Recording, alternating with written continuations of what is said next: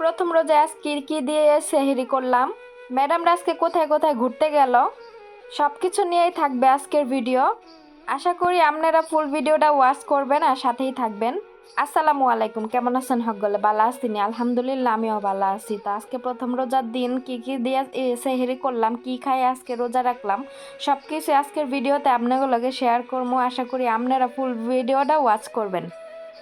আজকে ম্যাডামরা সবাই বাহিরে দাওয়াত খাইতে গেছে, তো দাওয়াতের জন্য গেছে ম্যাডামের ননদদের বাসায় দাওয়াত খেতে গেছে। বাসার সবাই দাওয়াত খেতে গেছে, শুধু আমি আর ফয়সাল বাসায় আছি। সকালবেলা আমাকে ম্যাডাম বলে দিয়েছে যে আমার জন্য আর ফয়সালের জন্য রান্না বান্না করতে, আর কারোর জন্য রান্না বান্না করতে না করছে, কারণ তারা বাহিরে দাওয়াত খাবে।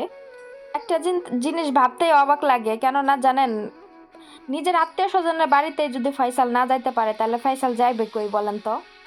ওর ফুপুরা ওরে কেউ কোন পছন্দ করে না, কারো বাসায় কখনো ওরে নেয় না, কিংবা কারো কেউ ওরে কখনো বাসায় দেখতে আসে না। এখন আমার ম্যাডামের প্রতিবন্ধী একটাই ছেলে পুরা ফ্যামিলির মধ্যে, তাহলে তাদের উচিত ফয়সালকে এসে মাঝে মাঝে দেখা, কিংবা দাওয়াত করলে শুধু তাদের দাওয়াত করে, ফয়সালকে নিয়ে যেতে না বলে।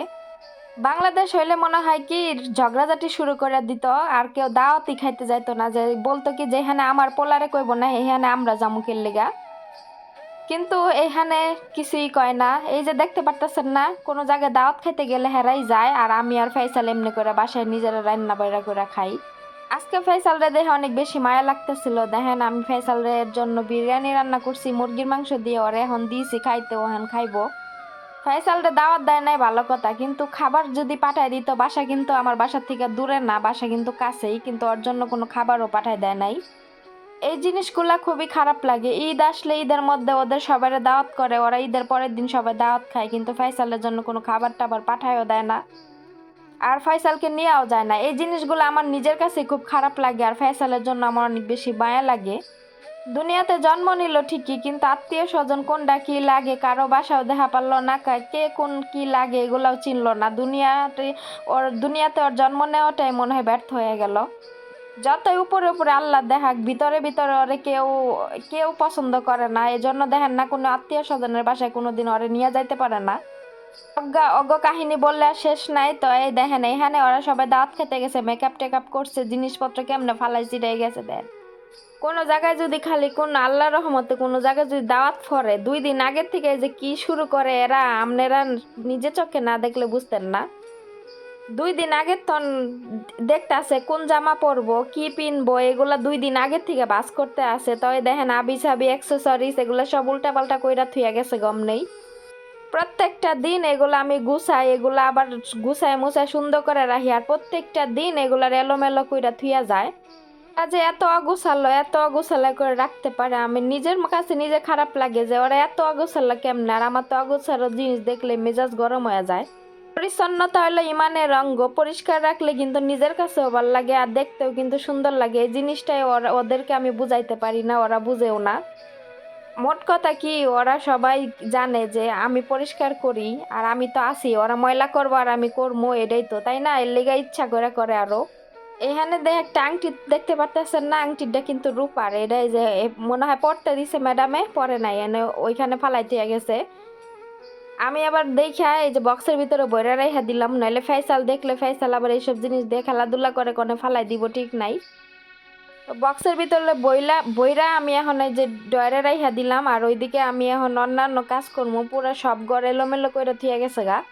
আর ম্যাডামের মাইয়া তো মেজোডা, এটার কথা আর কইলেই নাই। এটা বাইরে থেকে আইবো, আইয়া হিজাব এক জায়গায় হালাইবো, জ্যাকেট এক জায়গায় হালাইবো, মানে এক জায়গায় একটা সরাই সিডে হালাই থুইয়া তারপরে বয়ে থাকবো।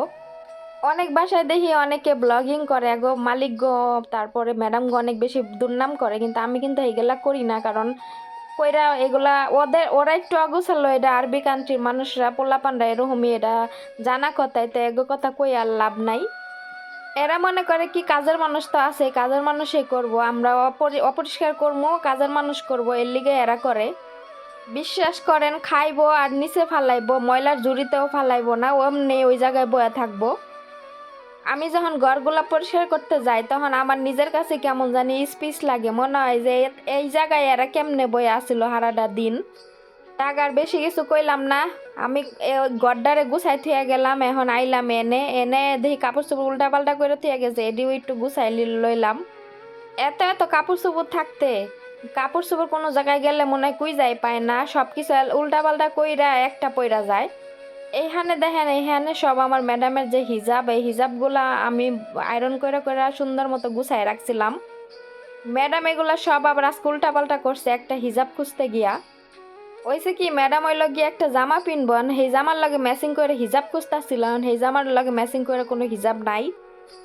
যেহেতু ম্যাচিং করে হিজাব নাই, হেতু অন্য একটা জামা পর, নতুন নতুন অনেক জামাই তো বানাই লই আইছে, হেগুলা পরবো না। হেডার লিগে দুনিয়ার হিজাব এলোমেলো করছে, হিজাব পায় না। যাজ্ঞা আমি কোনো রকম করে গুছাই রাখলাম। এগুলো আমি যদি এত সুন্দর করে গুছাইতে যাই, আবার কালকে আবার সেমই করব। আমার ম্যাডাম ডিউটি করে, ডিউটি করার সময় যে হিজাবগুলো পইরা যায়, তো প্রতিদিন এগুলো এলোমেলো করে একটা বাইর করতে গিয়ে আরো 3-4টা ফালাই থুয়া দেয়। আমি কিন্তু আমনেগুলোকে এরকম অগুছালো কিছু শেয়ার করি না, আমি সব কিছু গুছাইয়া তারপরে আমনেগুলোকে একটু একটু শেয়ার করি। অগোছালা যদি শেয়ার করতাম তাইলে তো মনে করতেন আপনারা নিজেরাই দেহা পাগল হয়ে যেতেন যে এরা আসলে কি করে সারাদিন ঘরের মধ্যে বয়ে থাকা। মনে করেন হেরমাইয়া যে একটা হিজাব পরবো, আয়া কি করবো, হিজাবটারে ফলরের মধ্যে ফালাই থিয়া দিব। এরপরে হিজাবটা ফলনের মধ্যে পইরা থাকবো, হেরা কিন্তু অন্ধা আটতাছে ঘুরতাছে পাড়াইতাছে, তারপর আড্ডা ধরে হিজাবটা সরাই থইব না। কোন বেলা আমি দেখমু, আমি দেহা সরামু, হেই আশায় থাকে, হেরা জীবনও আড্ডে একটা জিনিস উঠায় থইব না। সারাটা দিন এই যে ড্রয়িং রুমে বয়া থাকবো, বয়া বয়া খালি মোবাইল টিপবো, আর কি করব না করবো হেরাই ভালো জানে। আমি আর কি, আমি তো কাম কইরা যাইগা, আমি আর দেখি না। চলে আইলাম বিকালবেলা, নফ অনেক অসুস্থ, হুট করে নফের অনেক জ্বর হয়ে উঠছে, এর জন্য এই যে বুকুর জ্বালাইতাছে, বুকুর আজকে পুরা বাড়িতে দিব ধূপ জ্বালাইয়া। আরাবিরা বাচ্চারা যখন অসুস্থ হয় তখন এই যে বুকুরগুলা এরকম পুইরা আগুন জ্বালাইয়া তারপরে আরো অনেক কিছু দেয়, দিয়া তারপরে সারা বাড়ি ধূপ জ্বালায়। বাচ্চাদের গায়েও ধূপ দেয়, এলে তাইলে মন নাকি অসুস্থতা দূর হয়ে যায়। এরপরে রাত হয়ে গেছিল, আর কোনো ভিডিও করি নাই। এখন বাজে রাত 4:30, আমি ঘুম থেকে উঠছি সেহরি খাওয়ার লিগা। তো ভাবলাম প্রথম রোজার সেহরিটা একটু আমনেগো লগে শেয়ার করি, এর লিগা ঘুম থেকে উইটে একটা ভিডিও বানাইলাম আমনেগো লিগা শেয়ার করার লিগা। চোখ বড় এখনো দেখেন ভরপুর ঘুম। তো এখন আমি হাত মুখ ধুয়ে ফ্রেশ হইয়া তারপরে আমি সেহরি খামু। সেহরি খাওয়ার লিগে আমি এখানে বিরিয়ানি রেখে দিছিলাম, গতকালকে যে বিরিয়ানি রান্না করছিলাম এন থেকে আমি এক বক্স রেখে দিছিলাম। কনফিউজে ছিলাম যে আজকে রোজা হইবে না না হইবে, কারণ অনেক সময় তো বাংলাদেশের লগে ওমানিরা রোজা রাখে এর লিগা। তারপর ভাবলাম যে না, যদি রোজা হয় তাইলে সেহরির টাইমে খামুনি, আর যদি রোজা না হয় তাহলে এটা রেখে দিমুনি, সমস্যা নাই। এরপর আমার ওরা রুটি আর কলা দিছিল সেহরি টাইমে খাওয়ার লিগে, ওই রুটি কলা খাইয়া আসছে, শুকনা খাবার খাইয়া আছে, রোজা রাখা যায় না। এরপর সেহরি খাইয়া তাই আর নামাজ পড়া ঘুমাই গেছি। তো আজকের ভিডিও এখানেই রাখছি, দেখা হবে নেক্সট ভিডিওতে। আল্লাহ।